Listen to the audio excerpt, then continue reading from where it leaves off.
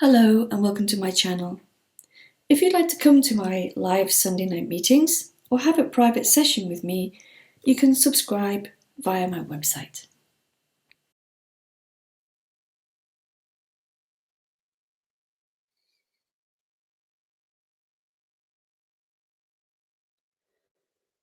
So I spoke to this really lovely lady about 2 weeks ago. I was going to bring up something that she said and I forgot. So I'm bringing it up now because it's just come to me now.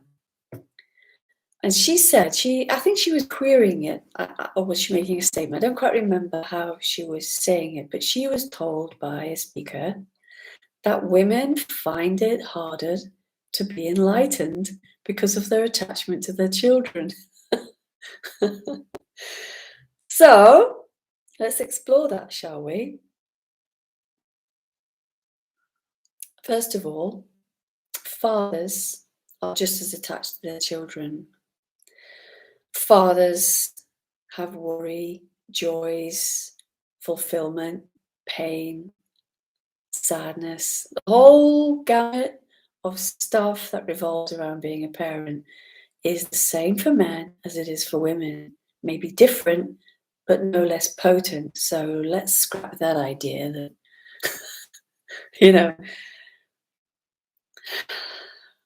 as if fathers don't have any feelings towards their children, which is absolute nonsense, of course. And then there's this thing about enlightenment. That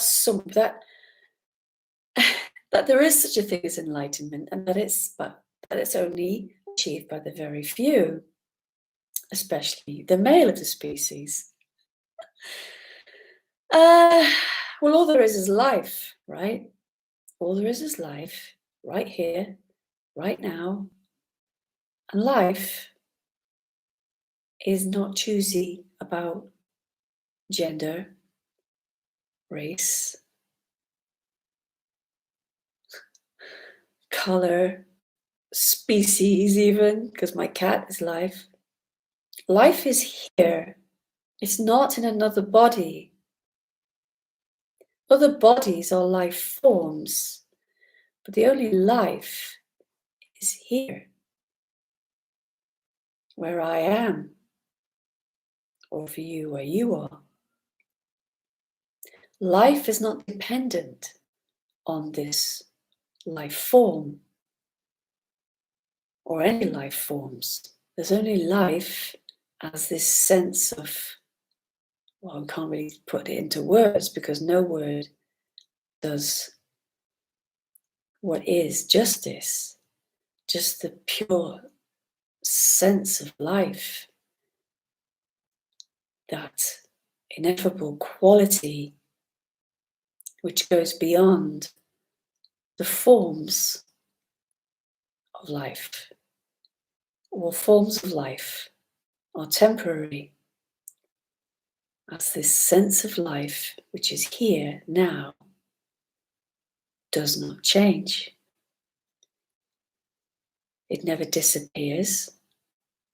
It only is maybe not sensed when there's activity in the world, in the forms, but it's still there. It never goes away. Life never goes away because everything is life. I am life. There's not an I am in that life. There's not a no I am in that life. There's just this here, being, whatever you want to call it. Only the mind wants to give it words. Only the mind wants to separate out women and men, black and white, gay and straight, rich and poor. Life doesn't do that. Life is this. It hasn't got an opinion about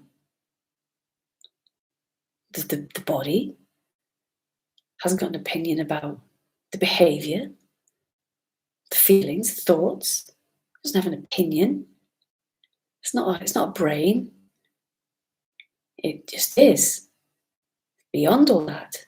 And yet it is that too. So if anybody thinks that being white, black, male, female, any of those things, it's got anything to do with just the sense of life, the being of life, life itself, which is right here, right now, then they're in the world of the mind matrix.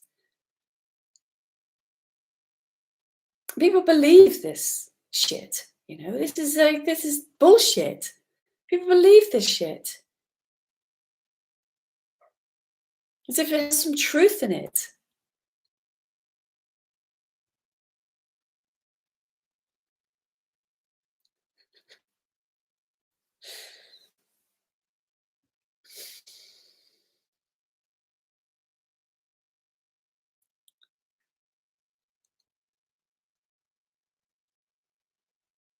The body is irrelevant to the sense of life.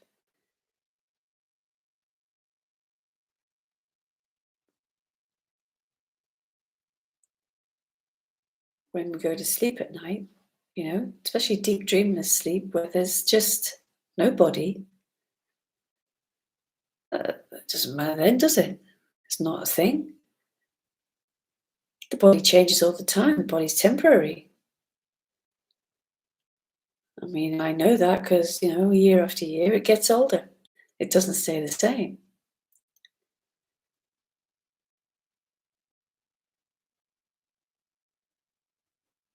Everybody, without exception, is life. Without exception. All that happens is that the mind gets distracted with the outward forms and thinks that's real, that's reality, and that's important. Each situation is so important until the next situation comes along. It's like the news. The forms of life are like the news. There's always a new one to distract. Yesterday's news is forgotten about. This is the important news now. This is the important drama now. Not the one from last week. Let's forget that one. Or the mind will just continue the old drama. I remembered a wonderful description by the teacher that I had years ago called Barry Long. And he used to talk about the magnificent brain. And he said, why do I call it magnificent? Because it magnifies. And he said, what does it magnify? It magnifies what's put in it. I thought it was so good. So everything's magnified in the brain. So if someone thinks because they're, I don't know, say a woman, because talking about women, sort of a woman thinks that she can't get to this thing called enlightenment, it's a very special place, then her mind is going to magnify it. It's going to magnify it, make it into a reality. That's what the brain does, doesn't it? We're told things, you're this, you're this. And the mind magnifies it, makes it into a reality. I don't know if it's real. It's just like the news.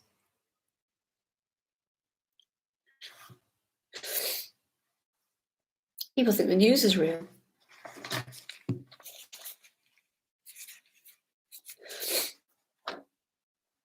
Well, the news means the new, doesn't it? The new.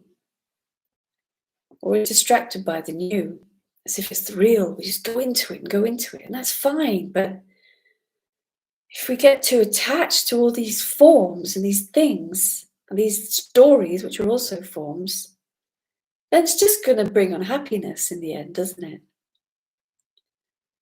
And I think a lot of us come to this kind of thing because we don't want to be unhappy. That's the basis of it. Unless the basis of it is to become an enlightened being, which is also a form of unhappiness, because it's based in specialness, and all specialness is based on unhappiness. Only unhappy people, only an unhappy person needs to be special. An unhappy person needs to feel special because they feel unspecial. Well, this life that is, as you see here, all the forms are in it, all the forms are in it, and none are special. It's only the magnificent brain that says so, magnifies it. This person's special. It's not. This person is just a life form. The only life that is here. Now, here. It's not anywhere else.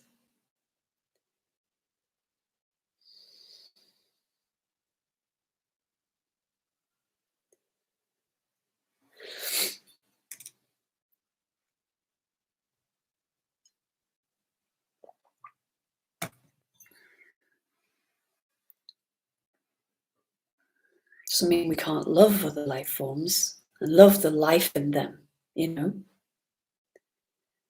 For them, there's their life. Like, you know, I love my daughter. But she is not my life. Or whatever this is, I don't know. I can't even call it my life. Just life.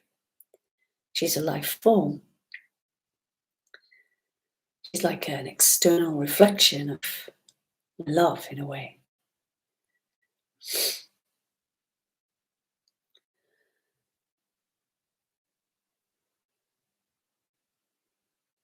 This separating out of who is and who isn't enlightenment is childish.